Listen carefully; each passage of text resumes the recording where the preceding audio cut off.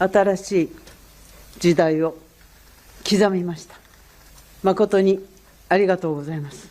জাপানের রাজনীতিতে ইতিহাস গড়তে যাচ্ছেন সানায়ে তাকাইচি। শাসক দল লিবারেল ডেমোক্রেটিক পার্টি এলডিপির নেতৃত্বে দৌড়ে জয়ী হয়ে। আসসালামু আলাইকুম প্রিয় দর্শক, জানিয়ে দেব এখনকার গুরুত্বপূর্ণ টপ নিউজটি। পুরো নিউজটি উপস্থাপন করব আমি নিপা আক্তার শিমু। এবার বিস্তারিত খবর। জাপানের রাজনৈতিক ইতিহাসে এক নতুন অধ্যায়ের সূচনা হতে চলেছে। দেশটির প্রায় ৭ দশকের দীর্ঘ শাসন ব্যবস্থায় প্রথমবারের মতো একজন নারী প্রধানমন্ত্রী হিসেবে নেতৃত্ব দিতে যাচ্ছেন সানায়ে তাকাইচি।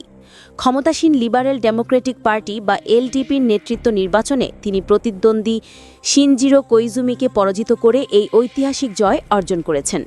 ৬৪ বছর বয়সী সানায়ে তাকাইচি দীর্ঘদিন ধরে নিজেকে একজন রক্ষণশীল রাজনীতিক হিসেবে পরিচিত করেছেন।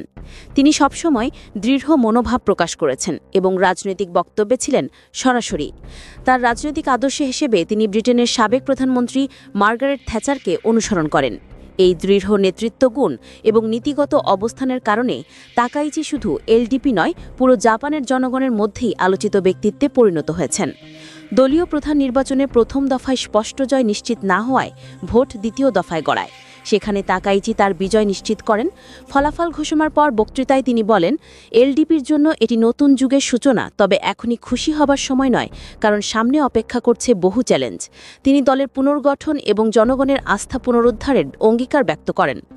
জাপানের নারীর রাজনৈতিক অংশগ্রহণ এখনও সীমিত হলেও সানায়ে তাকাইচির এই উত্থান নারী সমাজের জন্য এক বিরাট অনুপ্রেরণা। বিশেষজ্ঞরা মনে করছেন তার নেতৃত্ব দেশটির রাজনীতিতে নতুন ধ্যান ধারণার সূচনা করবে এবং নারীর ক্ষমতায়নে একটি বড় পদক্ষেপ হিসেবে কাজ করবে। চলতি মাসের শেষ দিকে পার্লামেন্টে আনুষ্ঠানিক অনুমোদনের পর তাকাইচি আনুষ্ঠানিকভাবে প্রধানমন্ত্রীর দায়িত্ব গ্রহণ করবেন। দেশজুড়ে এখন তার প্রতি জনগণের দৃষ্টি নিবদ্ধ, যিনি দৃঢ়তা, রক্ষণশীল নীতি এবং পরিবর্তনের বার্তা নিয়ে জাপানকে নতুন পথে পরিচালিত করার প্রতিশ্রুতি দিয়েছেন। প্রিয় দর্শক, এই ছিল এখনকার গুরুত্বপূর্ণ নিউজ। আরও গুরুত্বপূর্ণ নিউজ নিয়ে ফিরছি কিছুক্ষণের মধ্যে।